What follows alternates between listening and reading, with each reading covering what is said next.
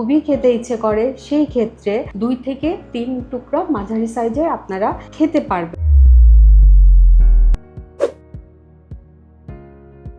ঈদে সবাই চায় যে সবাই সব ধরনের খাবারের স্বাদ নেওয়ার জন্য, কিন্তু এই খাবারটা খেয়ে যেন আপনি অসুস্থ না হন সেই দিকে আপনাকে অবশ্যই খেয়াল রাখতে হবে। যারা দীর্ঘদিন ধরে হাইপারটেনশনে ভুগছেন, ডায়াবেটিক্সে ভুগছেন, বা যাদের করোনারি এনজিওগ্রাম হয়ে গেছে, হার্টে রিং পরানো হয়েছে, বাইপাস সার্জারি হয়েছে, তাদের জন্য আমি বলবো যে আপনারা গরুর মাংসটা অ্যাভয়েড করে চলবেন। যদি আপনাদের খুবই খেতে ইচ্ছে করে সেই ক্ষেত্রে আপনারা মাংসর চর্বির অংশটা অবশ্যই ফেলে দিয়ে অলিভ অয়েল দিয়ে খুব অল্প মশলা দিয়ে পেঁপে অথবা লাউ দিয়ে পাতলা ঝোল করে, আমরা স্টু বলি যেটা, স্টুর মতো করে 2 থেকে 3 টুকরা মাঝারি সাইজে আপনারা খেতে পারবেন। আর বিকল্প হিসাবে আমি বলবো যে আপনারা মুরগির মাংসটাকে বেছে নিতে পারেন, যেটা আপনাদের জন্য নিরাপদ। তো আমরা এই খাবারের বিষয়ে যদি সচেতন হই, ডায়াবেটিক্স, হাইপারটেনশন, সিকিডি অসুখগুলো থেকে আমরা অনেকখানি নিজেদেরকে নিরাপদ রাখতে বলবো।